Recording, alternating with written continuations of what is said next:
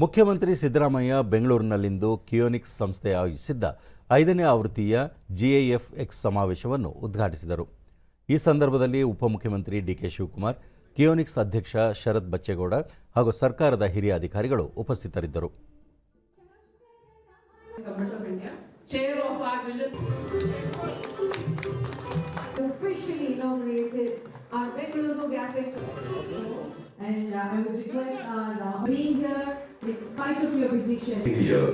ನಂತರ ಮುಖ್ಯಮಂತ್ರಿ ಕರ್ನಾಟಕ ತಾಂತ್ರಿಕ ಆವಿಷ್ಕಾರ ಮತ್ತು ಬೆಳವಣಿಗೆಯಲ್ಲಿ ಇಡೀ ದೇಶದಲ್ಲೇ ಮುಂಚೂಣಿಯಲ್ಲಿದೆ.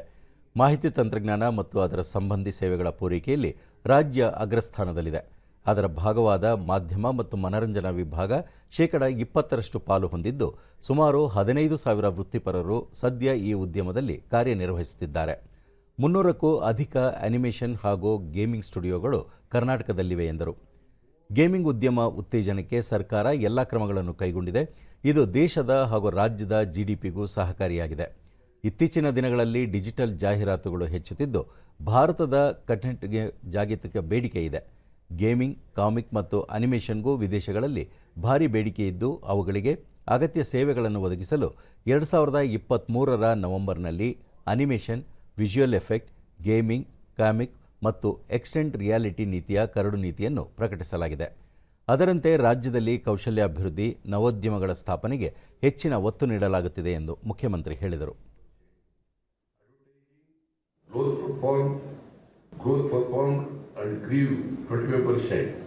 The highest growth was in television advertising of rupees 62 billion, followed by digital advertising of rupees 55 billion, and then of rupees 29 billion from a resilient print.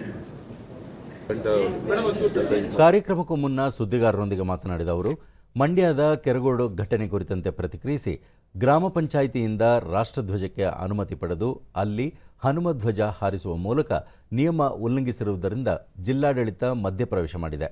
ಆದರೆ ಬಿಜೆಪಿ ಮತ್ತು JDS ಈ ವಿಷಯವನ್ನು ರಾಜಕೀಕರಣ ಮಾಡುತ್ತಿದೆ. ಬಿಜೆಪಿ ಆರೋಪಿಸಿರುವಂತೆ ತಾವು ಹಿಂದೂ ವಿರೋಧಿ ಅಲ್ಲ, ಎಲ್ಲ ಧರ್ಮಗಳನ್ನು ಬೆಂಬಲಿಸುತ್ತೇನೆ, ಎಲ್ಲ ವರ್ಗದ ಜನರನ್ನು ಒಟ್ಟಿಗೆ ಕೊಂಡೊಯ್ಯುತ್ತಿದ್ದೇವೆ ಎಂದು ತಿಳಿಸಿದರು. ಎಲೆಕ್ಷನ್ ಬರ್ತಾ ಇದೆ, ಅದಕ್ಕೋಸ್ಕರ ಇವೆಲ್ಲ ಮಾಡ್ತಾ ಇದ್ದಾರೆ. ಎಲೆಕ್ಷನ್ಗೋಸ್ಕರ ಇವೆಲ್ಲ ಮಾಡ್ತಾ ಇದ್ದಾರೆ. ಅವರು ನಮ್ಮದೇನು ತಕರಾರಿಲ್ಲ. ಅವ್ರು ಯಾವ ಪಂಚಾಯತಿಯವರು ಏನು ಪರ್ಮಿಷನ್ ಕೊಟ್ಟಿದ್ರು ಅದ್ರ ಪ್ರಕಾರ ನಡ್ಕೊಂಡಿದ್ರೆ ಜಿಲ್ಲಾಡಳಿತ ಯಾಕೆ ಇಂಟರ್ಫಿಯರ್ ಆಯ್ತಿದ್ರು?